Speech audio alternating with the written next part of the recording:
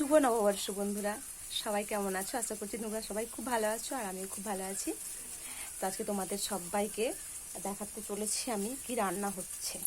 তোমাদের সবাইকে নেমন্তন্নও করবো আমি, ঠিক আছে? শুধু দেখাবো না, খাওয়ার জন্য নেমন্তন্ন করবো। তো ভিডিওটা পুরো দেখবে, আশা করি তোমাদের খুব ভালো লাগবে।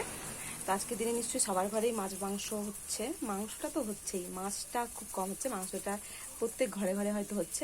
তো আমাদের আজকে মাংস হচ্ছে। তো আমার পর প্রথমে বলে গেল যে আজকে মাংস হবে না, রাত্রে হবে, এতক্ষণ হবে না।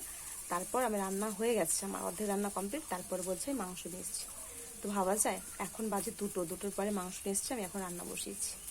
ভাবতে পারো, আমার রান্না হয়ে গেছিলো মাছের তরকারি, আম দিয়ে মাছের টক করেছিলাম আর আমি চাটনি করেছিলাম, সেটাই করেছিলাম। তো তারপর আবার মাংস নিয়ে এসছি, চলো তোমাদের দেখাই। এই যে দেখো, আমি ঢাকা দিয়ে রেখেছি থালা দিয়ে।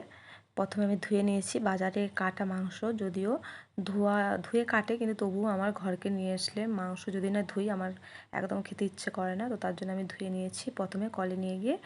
তারপর দেখো, ধুয়ে নেওয়ার পর নুন মাখিয়ে এটা ঢাকা দিয়ে রেখেছি। তো এখানে না বেশিরভাগ যেটা আমি খেতে পছন্দ করি সেটাই আছে। বেশিরভাগ মানুষের হয়তো খেতে পছন্দ করে, যেটা বলে হজম ঘর, তো সেরকমটা বেশি আছে। তারপর এখানে দেখো আদা রসুন বাটাও আমার আছে, বেটে আমি রেখে নিয়েছি। তারপর এখানে দিয়ে দিয়েছি পেঁয়াজ, রান্না অলরেডি আমি শুরু করে দিয়েছি, ঠিক আছে? তো এখানে দেখো পেঁয়াজ দিয়ে দিয়েছি। আর আমি যেহেতু জ্বালনে রান্না করি, উনুনে রান্না করি, তো এক পাশে আমার গরুর জাউলি বসেছে আর এক পাশে আমি রান্না করছি। ভাতটা আমার অনেক আগে হয়ে গেছিলো, তরকারিও হয়ে গেছিলো, যেটা তোমাদের আমি প্রথমেই জানালাম যে আমার একটা তরকারি ভাত হয়ে গেছে, তারপর মাংস নিয়ে এসছে। এত বিরক্ত লাগছে গরমের সময়, কি আর বলবো তোমাদের।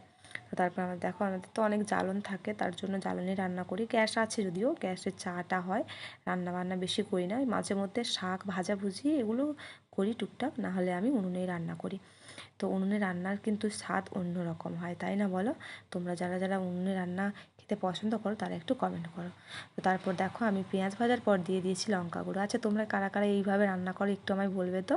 আমি কেন লঙ্কা গুঁড়োটা দিয়ে দিই, কারণ প্রথমে লঙ্কা গুঁড়োটা দিয়ে দিলে কি হয়, ঝালটা অনেকটা মরে যায় আর কি। তেলে ভেজে নিলে ঝালটা আলাদাভাবে খুব সুন্দর মরে যায়। তার জন্য প্রথমে লঙ্কা গুঁড়ি দিয়ে দিয়েছি, তারপর দেবো আমি হলুদ, তারপরে দেবো আমি মশলা। তো এই অল্প অল্প করে সব দিচ্ছি, তোমরা দেখতে থাকো ভিডিওটা। তো দেখো, লঙ্কা গুঁড়িটা ভাজার পরে আমি দিয়ে দিচ্ছি এখানে আদা রসুন একসঙ্গে যে আমি পেস্ট করে রেখেছিলাম সেটা দিয়ে দিলাম। কারণ আদা রসুন আমি একসঙ্গেই বেটে নিয়েছি, জানো তো? আমি আলাদা আলাদা করে বাটিনি, কারণ যেহেতু অল্প 1.5 কিলো মতো মাংস ছিল, তো তার জন্য আমি যতটা নেওয়ার মশলা ততটা নিয়েছি, দিয়ে একসঙ্গে বেটে নিয়েছি। দুটো আলাদা করে বাটবে কে, এত ঝামেলা, তার জন্য আমি একসঙ্গেই বেটে নিই প্রতিবারেই।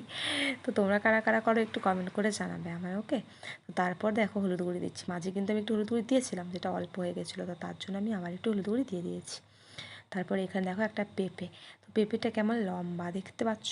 পেঁপে গোল হয় সাধারণত, তো এটা আমাদের বাড়ির না, লোকের বাড়িতে। অর্ধেকটা খাওয়া হয়ে গেছে আর অর্ধেকটা বেঁচে আছে। তোমরা কি কেউ খেতে চাও? দেখতে পাচ্ছ আমার মশলা কিন্তু কষানো হয়ে গেছে, এই দেখো। এবার আমি দিয়ে দেবো এতে মাংসটা।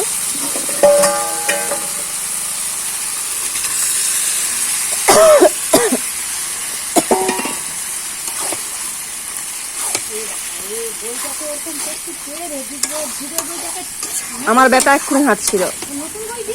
হ্যাঁ,